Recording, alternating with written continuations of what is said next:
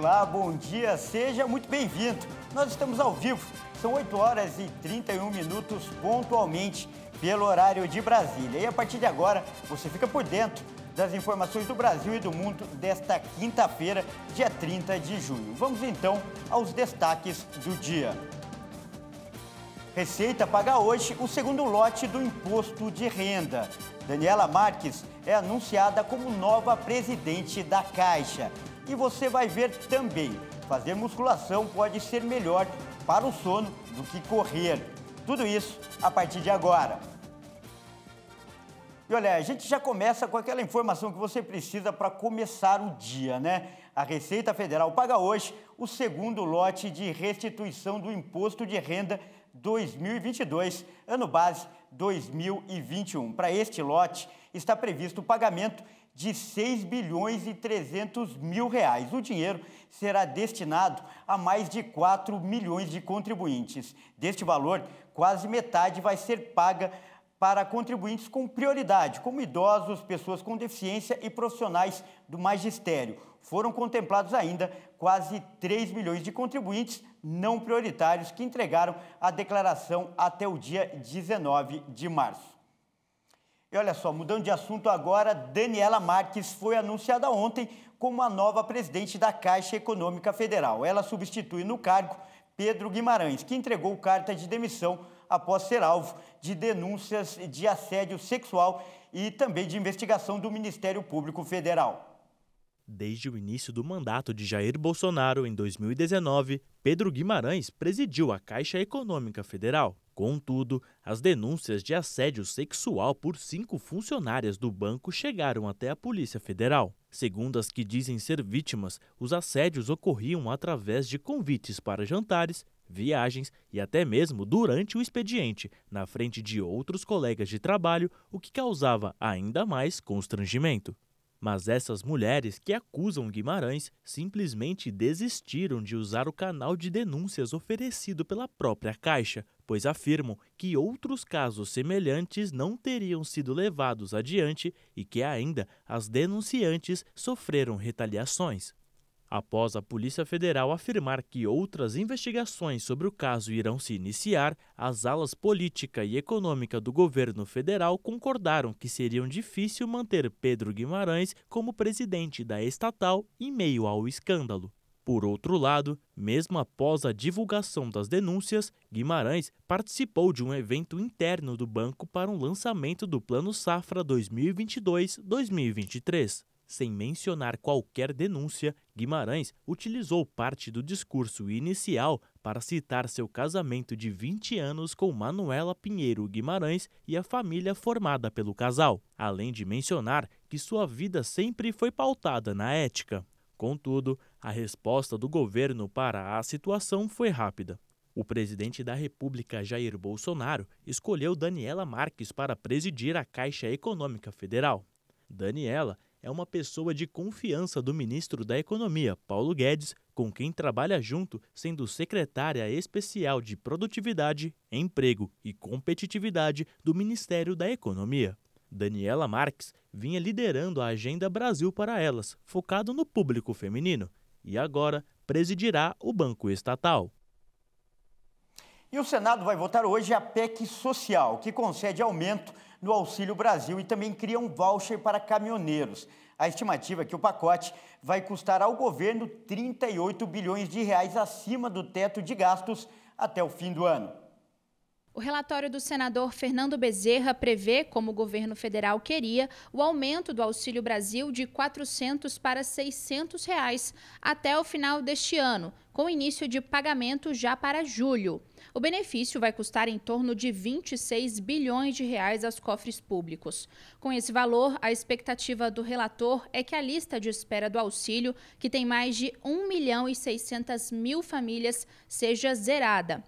Também está previsto o dobro do valor do Vale Gás. Atualmente, de 2 em 2 meses, os beneficiários recebem dinheiro para pagar metade de um botijão. A proposta é que, no mesmo período, seja liberado o equivalente a um botijão completo.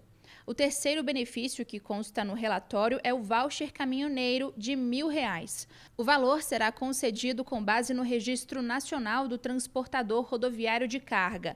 Poderão receber os caminhoneiros autônomos com cadastro no registro feito até o dia 31 de maio deste ano. Segundo Fernando Bezerra, a ideia é ajudar os mais fragilizados na cadeia de transporte de carga.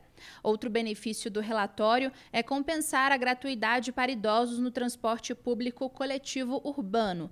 E o quinto benefício, que é a única novidade desta proposta de emenda constitucional, prevê a modificação da forma de ressarcimento aos estados na redução da tributação sobre o etanol hidratado para manter a competitividade do etanol sobre a gasolina. O pacote de medidas tem custo de mais de 38 bilhões de reais. Para conseguir conceder esses benefícios em ano eleitoral, o relator apresentado fez uma importante mudança ao propor decretar estado de emergência no país. A justificativa apresentada é a crise causada pela elevação dos combustíveis e os impactos sociais por conta dos sucessivos aumentos nos preços. Essa foi a brecha encontrada para que o governo federal possa conceder benefícios e ainda assim não ter embates com os limites da lei eleitoral. Nós tivemos o cuidado, através da consultoria jurídica do Senado, de fazer uma ampla pesquisa, inclusive em julgados pelo Tribunal Superior Eleitoral. E a gente encontra uma série de julgamentos que nos dá, portanto, a convicção de que a ampliação de programas pré-existentes não é vedado pela legislação eleitoral. Há vários julgados do TSE que deixam clara a posição da Corte. Eu cito aqui alguns desses julgados. E, finalmente, eu já falei, a edição de novos programas, como é o caso do voucher caminhoneiro, que se trata de um novo programa, é possível desde que presente as condições que justifiquem o estado de calamidade ou de emergência. E olha só, outro alerta importante. Termina hoje, quinta-feira, o prazo para que os 14 milhões de microempreendedores individuais do país, os chamados MEIs, entreguem a declaração do Simples à Receita Federal. O risco é perder o CNPJ e ainda pagar uma multa de 20% sobre o que faturou no ano passado. Mesmo quem não arrecadou nada tem que cumprir a obrigação, que é diferente do informe do imposto de renda. Já quem passou a ser MEI este ano terá que fazer a declaração apenas em 2023. Mudando de assunto agora, a gente fala de pandemia. Com mais de 32 milhões de diagnósticos de Covid-19 confirmados desde o início da pandemia, o Brasil completou uma semana com tendência de alta na média de casos da doença. O Brasil registrou 277 mortes por Covid-19 em 24 horas. Desde o início da pandemia, o total de vítimas por complicações da doença chegou a 671.125.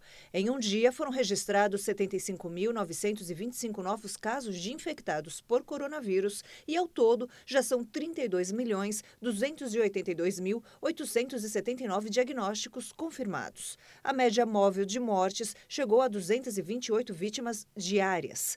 O país continua com tendência de alta, com variação de 52% em relação a 2 semanas atrás. A média de casos ficou em 56.021 confirmações por dia. Esses dados apontam uma tendência de alta, com um aumento de 32% na comparação com registros de 2 semanas atrás. E a vacinação contra a Covid é o assunto agora, já que o Brasil tem mais de 456 milhões e 470 mil doses aplicadas. Vamos entender melhor o avanço olhando o nosso vacinômetro. Os dados são do Ministério da Saúde e também das secretarias estaduais de saúde. Segundo esses números, a primeira dose foi aplicada em 84,07% dos brasileiros. Já a segunda dose em 79,18% da população. A primeira dose de reforço em 49,94% das pessoas. A procura por vacina, inclusive contra a Covid, está aumentando após a alta nos casos de mortes nesse começo de inverno. E ainda falando desse assunto, a FDA, que é a Agência de Alimentos e Medicamentos dos Estados Unidos, recomendou a aprovação de uma versão específica das vacinas contra a Covid para a variante Ômicron. Esta foi a primeira vez que o órgão recomendou que as fabricantes modificassem as vacinas para combater uma cepa diferente da Covid, que ainda deverá ser aprovada pela direção da FDA e também precisará do aval do Centro de Controle e Prevenção de Doenças. Mas essa recomendação já abre caminho para que Moderna, Pfizer-BioNTech e Johnson & Johnson produzam uma nova geração de vacinas que, segundo especialistas, devem fornecer uma melhor proteção contra as variantes da Covid que estão circulando pelo mundo.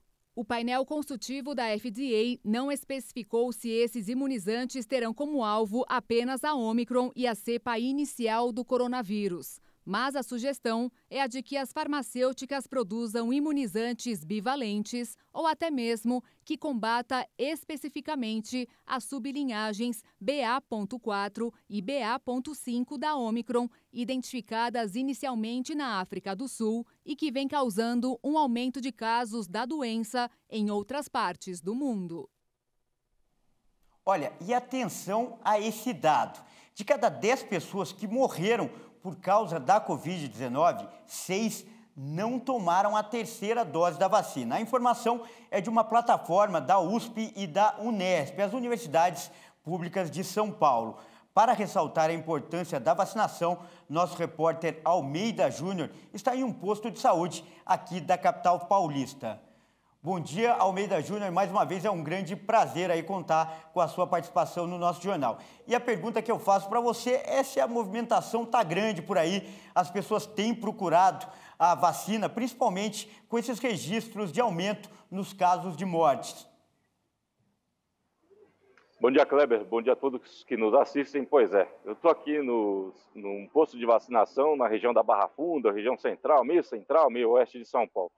E eu vou mostrar aqui, o Marcos Irose, né, nosso repórter cinematográfico, vai mostrar que a movimentação aqui ainda continua bem baixa, né? Muitas pessoas ainda não procuram a terceira dose. Esse estudo que você citou, ele foi feito entre março e 20 de junho deste ano, né, pelo governo federal. 30 mil pessoas precisaram ser internadas por conta de infecção pelo novo coronavírus. Desse total, 17 mil pessoas, ou 56% dos casos, não haviam tomado a terceira dose, também chamada de dose de reforço contra a Covid.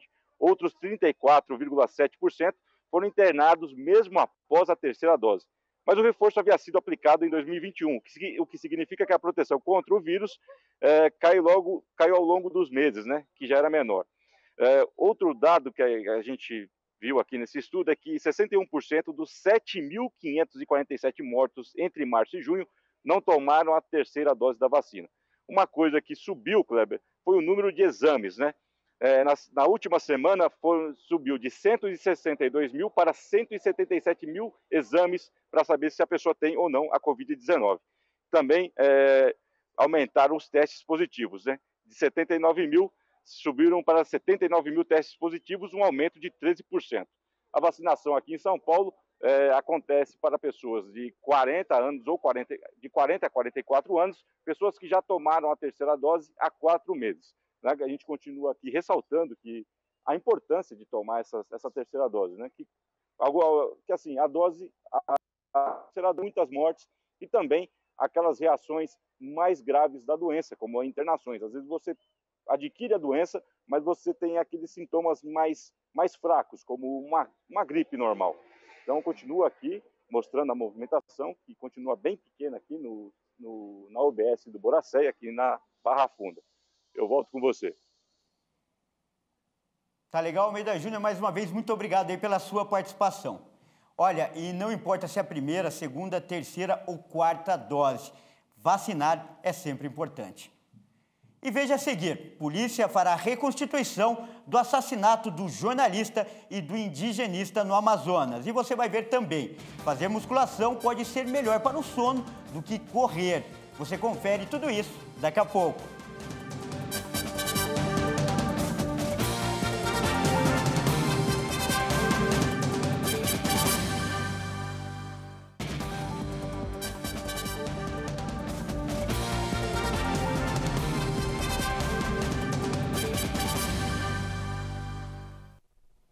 Mais uma vez, seja muito bem-vindo. Nós estamos de volta ao vivo. São 8 horas e 48 minutos pontualmente pelo horário de Brasília. E a gente volta falando do trágico caso do Amazonas.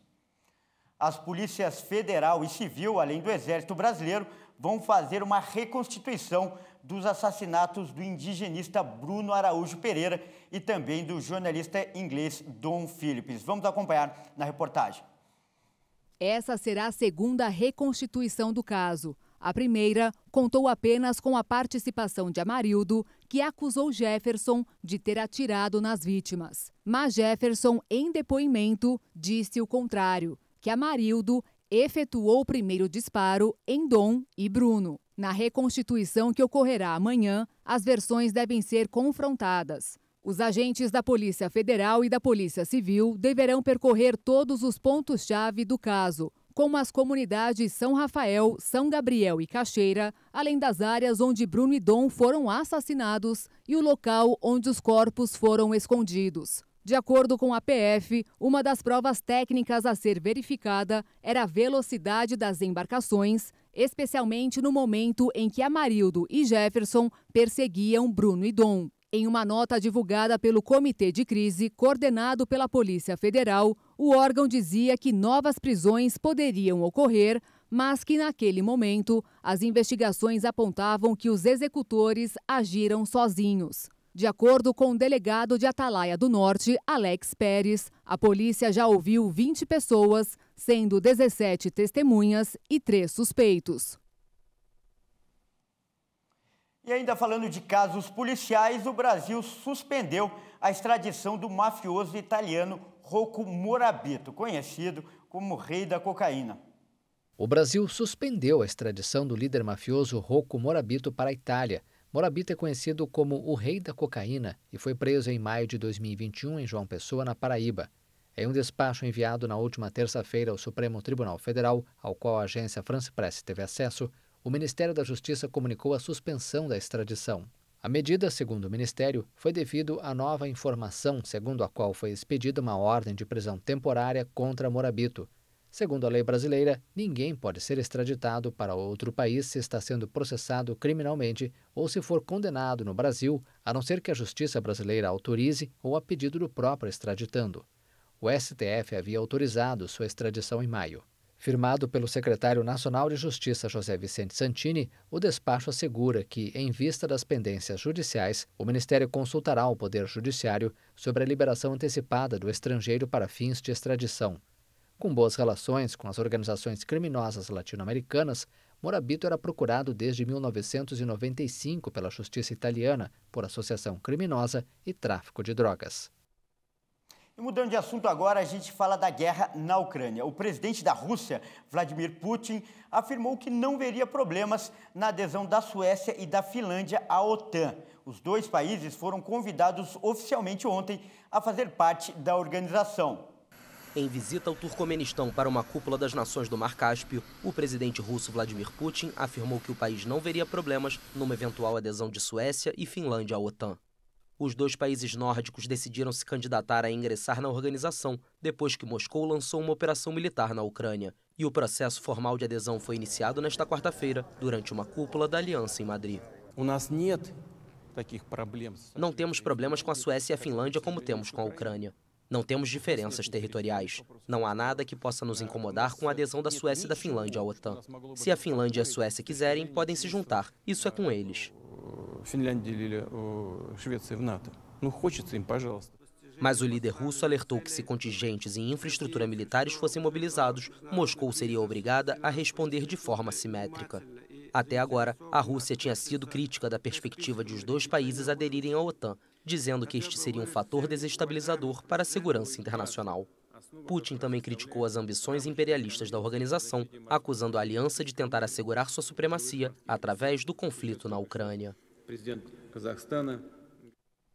E olha só, a FIFA anunciou que vai começar na próxima terça-feira a vender o último lote de ingressos para a Copa do Mundo de Futebol do Catar, que terá início no dia 21 de novembro. A partir das 6 horas da manhã, os interessados deverão entrar no site da FIFA, que é o único autorizado a negociar os bilhetes. A venda será realizada por ordem de chegada e ficará aberta até o dia 16 de agosto. Fica aí a dica, então, para quem tiver interesse e principalmente dinheiro para isso. Bom, e olha só, por falar em esportes, a prática de exercícios físicos pode fazer bem para a saúde. Isso não é novidade para ninguém, né? Só que um novo estudo revelou que fazer musculação pode ser, olha só, melhor do que para o sono do que a pessoa correr. Vamos ver nessa reportagem? O estudo divulgado pela American Heart Association apontou que, embora a atividade aeróbica seja frequentemente recomendada para melhorar o sono, havia poucos trabalhos sobre os efeitos de outros tipos de treino. Em relação aos exercícios e o sono, é importante estar atento ao horário de execução e sua intensidade. Isso porque algumas pessoas podem ser mais sensíveis e ficarem mais alertas ao treinar à noite. Por isso, é sugerido não treinar pouco antes de deitar, porque o exercício é um estimulante e pode dificultar a chegada do sono. Então, para chegar à conclusão do impacto da musculação neste contexto, foram avaliados 386 adultos inativos entre 35 e 70 anos que tinham sobrepeso ou obesidade e hipertensão arterial, que foram divididos em 4 grupos. Os que fizeram apenas exercícios aeróbicos, apenas exercícios resistidos, que é a musculação, um grupo que fez uma série híbrida com 2 tipos de exercícios combinados e um grupo controle, que não fez exercícios. Por 12 meses, todos os participantes passaram por treinamentos supervisionados de 60 minutos, 3 vezes por semana, no tipo de exercício estabelecido para aquele grupo, como fazer esteira, bicicleta ou uso de máquinas elípticas e séries de repetições que trabalham a musculatura em vários tipos de aparelhos. Também foi aplicado um questionário no início e no final do estudo que analisou 5 fatores: qualidade do sono, duração em horas, eficiência, que é o tempo na cama, latência, que é o tempo para adormecer, e distúrbios do sono, como a apneia. Segundo os pesquisadores, a taxa de adesão dos participantes aos exercícios físicos foi de 83%.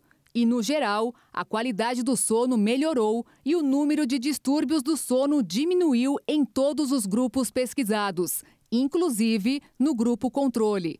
Entre aqueles que dormiam menos de 7 horas por noite, a duração do sono aumentou, especialmente entre os que fizeram musculação, 40 minutos em média, contra 23 minutos entre o grupo que fez exercícios aeróbicos, 17 minutos entre os que faziam exercícios combinados e 16 minutos no grupo controle.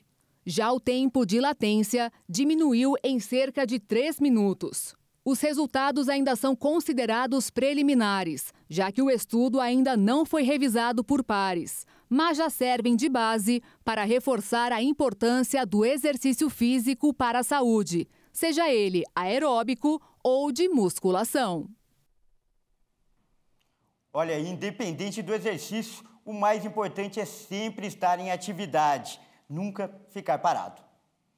Bom, e essa edição fica por aqui. Eu agradeço demais por sua companhia e convido a continuar ligado em nossa programação, porque às 10 horas eu volto com mais notícias para você. Até mais!